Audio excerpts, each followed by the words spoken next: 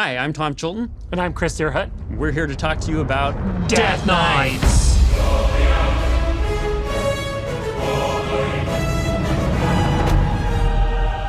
Going all the way back to some of the earliest rumblings of the community talking about how there might be a character class in Wrath of the Lich King.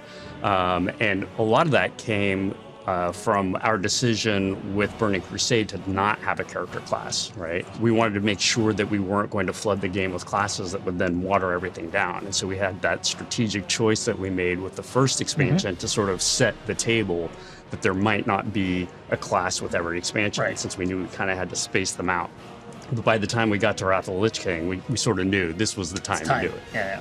I mean, also like Death Knights in particular, being so iconic to the lore, being so iconic to everything about Northrend, kind of seems like Death Knights have to be. It's now or never, right? And so much of Wrath of the Lich King was about Arthas and his story. So Death Knights just being centerpiece to that, it's centered with Arthas to better tell his story. They were the perfect class at the perfect time. Yep. And interestingly, remember we had that Rune Master class, right? It was the potential 10th class that had been tinkered with before WoW ever came out. And we pulled some of their ideas about runes. They went into the Rune Blade, went to the runes on the ground, like Anti-Magic Zone, Anti-Magic Shell, used some of those rune type effects. So we drew from them. We drew from the Death Knight unit in Warcraft 3, like Death Coil and their Unholy Aura. And we do also from Necromancers. That was part of Concentrated Coolness, right? Exactly. It's a design value that we've always had at Blizzard, as far as trying to ensure that, it comes back to not watering down the classes. As unique as possible. Everything's got to be as unique as possible and feel really distinct. And then we also need Death Knights to feel very different from the other heavy plate magical classes. They couldn't feel like Paladins. Even though they're kind of anti-Paladin, Arthas is a fallen Paladin, they've got to have their own unique, distinct stuff they do. So one of the ways we made Death Knights really unique is we gave them their own custom starting area, where like you had been a fallen member of the Alliance or the Horde and captured in battle, and the Lich King literally turns you into a Death Knight monster against your will, and then sends you out to scourge this town. But eventually you get turned around and you turn on the Lich King and help fight against him and get your moment of redemption. Rejoin the Alliance or the Horde as appropriate.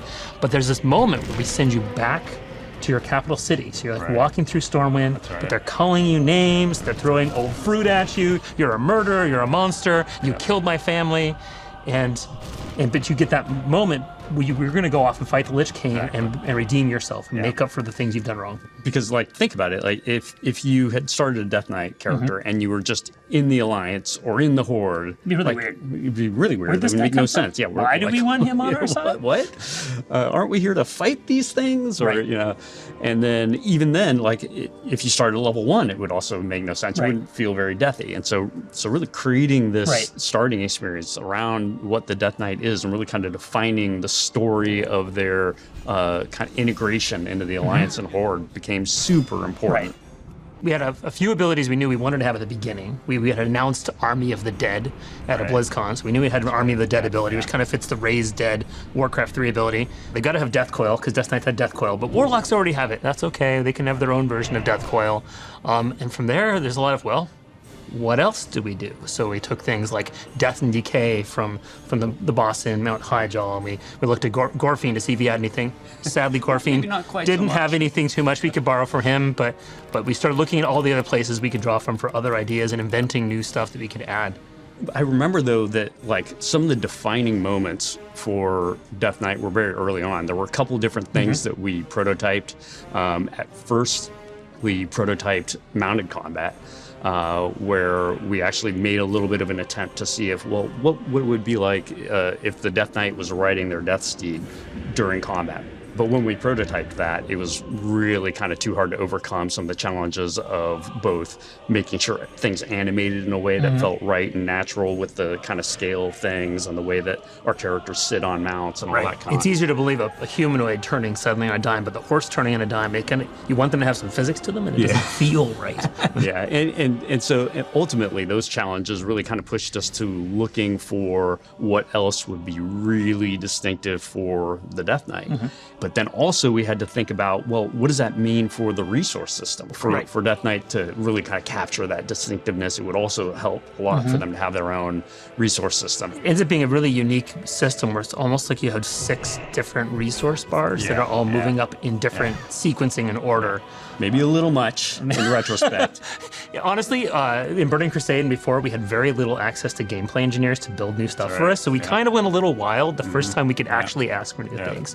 One of the ideas that we had for the warrior with the chain. It's the idea of a chain you pull and yank somebody to you. Exactly. But what if we gave that to the Death Knight instead of the warrior? And that turned into... There's Death Grip. There's Death Grip, exactly. But then Death Grip to pull him to you then created the whole foundation for how they would tank. Because Death Grip back then was also a taunt. It actually changed the way our tanks worked at that point, because then we said, well, they've got Death Grip at a 35-yard range. Paladin has this range taunt they can do. Bears and warriors needed to actually gain range, and we moved to that hole where you could now taunt something 30 yards away, which you couldn't do in the original game or Burning Crusade.